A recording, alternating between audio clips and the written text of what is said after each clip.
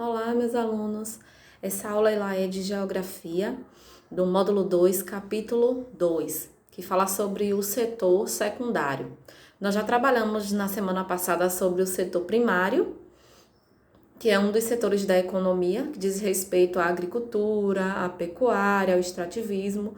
E agora a gente vai falar um pouquinho sobre o setor secundário. O setor secundário, ele vem depois do primário. Ele diz respeito às indústrias, como o módulo aparece aí, né? Demonstra no módulo. Na página 14, vocês podem estar acompanhando depois, fazendo uma leitura dessa página. Então, fala um pouco sobre a indústria. Os produtos que a gente tem lá no setor primário, que é a matéria-prima, depois de cultivados, eles são levados para onde? Para a indústria, para passar pelo processo de industrialização. Transforma a matéria-prima em produtos e só depois vai para o mercado para os consumidores utilizá-los. As primeiras indústrias, elas surgiram em 1750 na Inglaterra e depois elas se espalharam por todo o mundo, né? A partir daí foram criados novos produtos que foram vendidos para todos os lugares do mundo também, através da criação da indústria, que tem como função transformar matéria-prima em produtos industrializados. Até então, o mundo todo produzia os seus produtos de forma artesanal. Como seriam esses produtos de forma artesanal? Eram aqueles produtos que eram feitos à mão e eram feitos de um por um, né? Todo aquele trabalho de formiguinha fazendo o produto de um por um, de forma artesanalmente.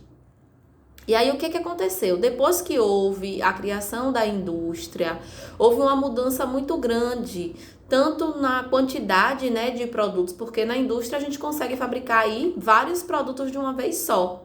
E também na qualidade desses produtos que mudaram, né? Passaram a ser produtos cada vez mais avançados.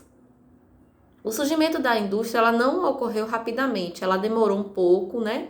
De forma simultânea. No Brasil, esse processo começou a partir de 1950.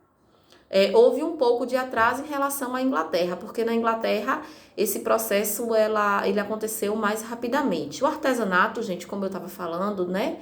Ele é uma atividade em que o trabalhador, que é chamado de artesão, ele vai produzir o seu trabalho com poucas ferramentas, ele utiliza poucas ferramentas.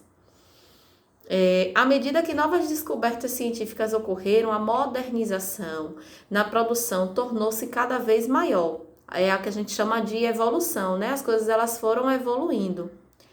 O avanço tecnológico trouxe para a indústria uma questão muito que a gente precisa falar de uma forma muito assim, observando que o que aconteceu, houve o avanço sim, mas para os trabalhadores de maneira geral não foi um avanço tão bom, porque quando você substitui a mão de obra, você substitui pessoas por máquinas.